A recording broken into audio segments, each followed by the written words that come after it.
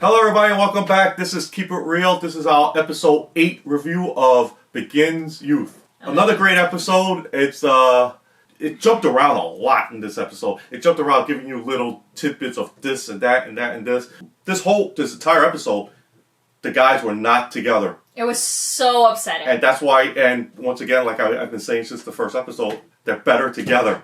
And then they are apart. And they were apart. Yeah. Most of them were apart. Yeah. There were like, few scenes that there were, a couple of them together, but it's just this entire episode, their relationship is kind of splintering. They're all on odds. Because they're not together. Yeah, and it's not going well. Not a real happy episode. There are a lot of crazy stuff happening. Well, let's just start off with our 8th episode flashback scene. This flashback starts again with Haru. We see him in the phone booth again. And this time we see that he's reading, the address to where the explosion is going to take place off of a note. And then we flash to earlier that day where we see him talking to a mystery person telling him that he wants to fix everything. And we don't know what, and we're assuming that's with the fire and all that stuff. And he's the one that told Haru to basically report the fire. The episode starts with Juwon on the phone with Dogan, and he's telling him, our friend Haru. And he's speaking to an imaginary friend. Yeah, he's saying, our friend has an imaginary friend? And he goes, what do you do? And because Dogan is trying to be, saying, did you help him? He goes, no, I didn't help him. I was scared. I ran out of there. Then Juwon goes to meet up with Dogan, who has caught a very bad sickness, and he's basically been coughing since last episode, yeah. He ends up passing out later because of his illness and gets taken to the hospital, where we find out that he has type A flu, which is super contagious, but he cannot, and he has to be quarantined. But since Dogan and his family are struggling with money, he can't stay in the hospital for very long, even though he's doing so poorly. In the hospital, before he ends up leaving at all, we have a scene with Hosu. Hosu comes to visit him, and Dogan confronts Hosu about not taking his medication for his narcolepsy. And Hosu gets really upset about it, thinking that Dogan is just, pretending to care about him, and that's why he was asking, because he knows he's not taking his pills, and they have a little bit of a falling out. Beyond that, we see, again, more of Juwon and Haru. There's tension between them as well, because Juwon is basically just avoiding Haru. Basically, Haru came up to him like he's about to, tackle him, put his arm around him. And he really distinctly ducked. He goes, stay away from me. Instead of actually talking to him and helping him, he's like, dude, just get away from me. I guess after school, Juan and Saiyan meet up, and Juan finally shows Saiyan the cassette tapes. Well, my theory before was that Juan was trying to protect Saiyan, and I was wrong. He wasn't trying to protect Saiyan. He was actually trying to protect himself. It makes sense because we didn't really know much, but we always know that Juan's father doesn't really care about Juan very much, doesn't show him a lot of affection, and we sort of learn that's because his parents were sort of like a contractual relationship, and Juan being born was also part of that same contract. Connection. It's a literally a contract. I was like, so there was no love. There was no love. There's no love. Juan never felt loved by his father, and now he discovering those tapes, he knows why. His father never loved his mother, obviously, because it was a contractual thing. He was hoping there was something there that maybe he could find that, maybe he does love his mom, something, but he found that the person that his father loves is Saiyan's mom. Saiyan also mentions to Juan about how he was able to find the note in the piano, and he told him what the note said, to beware of the principal. And Saiyan knows that Juan is somewhat involved with the principal, and he warns him that, you shouldn't be trusting him. But Juan believes that the principal is a good person. Surprisingly, the first and I think only, tension between the characters that really got resolved in this episode is between Dogan and Hosu. Eventually, Dogan leaves the hospital because he can't afford the room, and they're back at the container. They basically talk about what Hosu's been going through and why he stopped taking his meds. And basically the reason he has is because they said that he's getting better and his narcolepsy symptoms are not as strong, and he wants them to keep going. And he explains how when he was first at the orphanage, he wasn't getting as much attention as he was. Until he got sick. Until he ended up getting sick, and he continued to pretend to be a sick child so he would get the attention.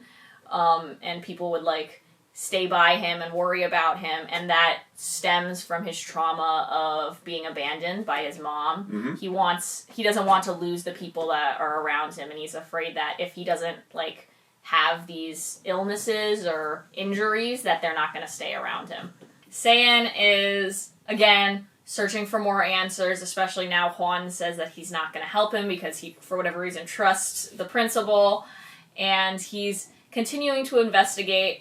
And what ends up happening in the town, a fire breaks out, and everyone immediately points their hands at Seiyan because they think that he's a troublemaker. The cops question him about it again, but they have no evidence to prove that he wasn't near the crime when it happened, so they're holding him there until his dad comes and basically says, you can't be doing this. Yeah, and then his dad and him talk about how maybe it's really time to move away, like, you are being made out to be, like, the bad guy. The bad guy in every situation. Every situation. Which is ridiculous, because Seiyan's like... He has his issues, but he's a good kid. As we mentioned in previous episodes, Jaeha has been tracking Seiyan, and he knows that Seiyan was not at the place where the fire broke out, and he knows that because of the tracker, so he goes to the police and shows them that he wasn't there. He was in school. He was in school, but this also leads to Seiyan finding out about the tracker, and he gets very upset that Jaeha was doing it because, for one, it's creepy. It's really creepy. Yeah. Two, it also revealed that Seiyan was at the school, which he was trying to keep on the down low. The principal talks to Seiyan in his office and tell him that, you're a bad seed, basically, and I like the scene for a couple of reasons, because Seiyan actually goes, I know about you, man. I'm gonna report everything that you've done, and everybody's gonna know about it. And pretty much the principal is like, what do you know?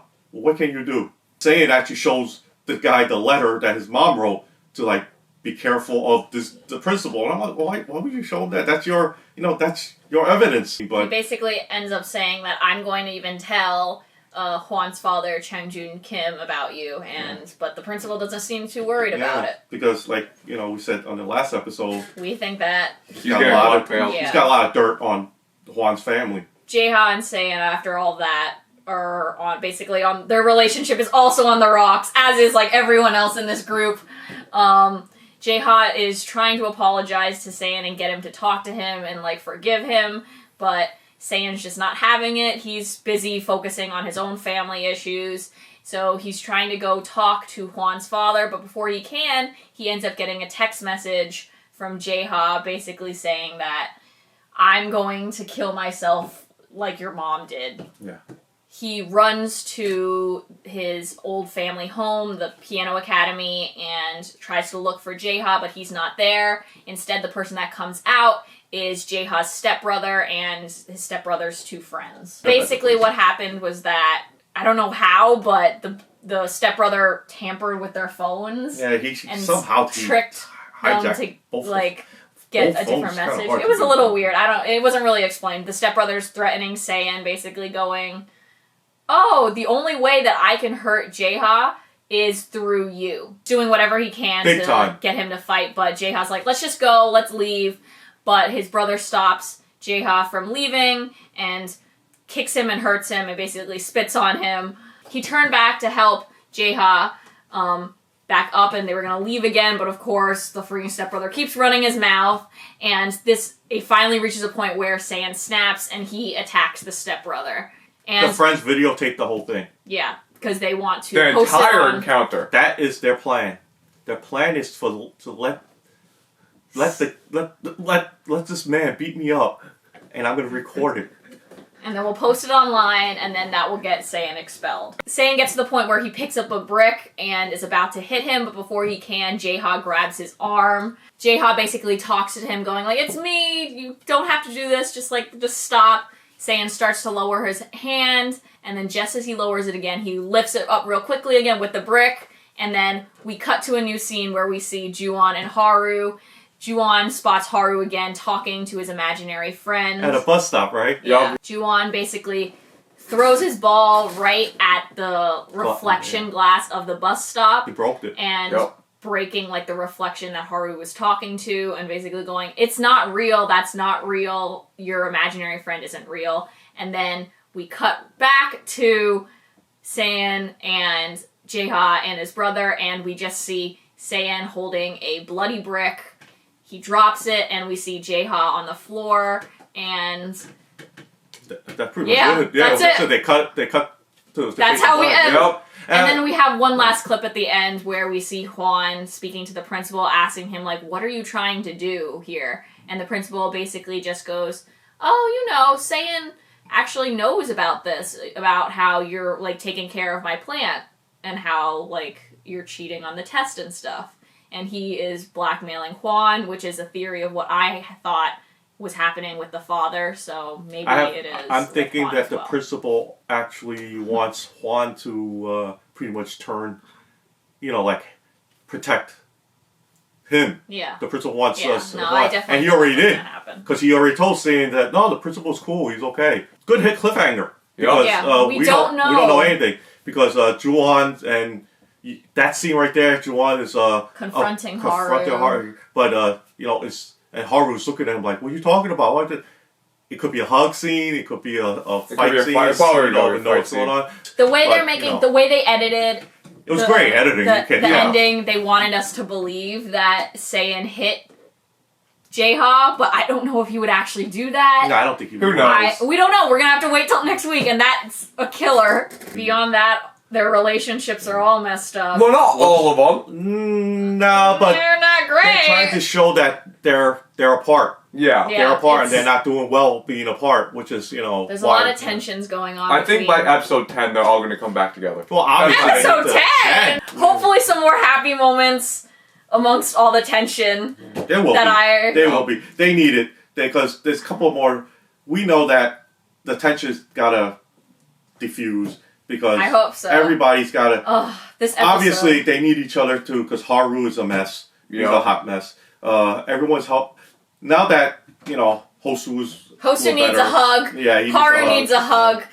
So Jaeha needs a big hug. yeah, like I said yesterday, this show is very, very rewatchable. Yep. Because there's so many stuff that you miss watching it the first time because you're concentrating on so many things. Because you're trying to get answers. You get so many answers from whatever's going on and you miss it. So totally rewatchable. Because you rewatch it again, I'm sure you're going to catch certain things. We're not even over yet, and I'm like, I'm gonna miss this show. Exactly. Well, I mean, we're on the home stretch. We got 4 more episodes left. Next week will be our final 4 episodes, so I hope you guys do stay tuned for those. Thank you for watching this video. Don't forget to go down below in the comments and tell us what you thought about episode 8. While you're there, don't forget to hit that subscribe button, hit that like button, share with others, and we'll see you guys next time. Have a good day. Bye.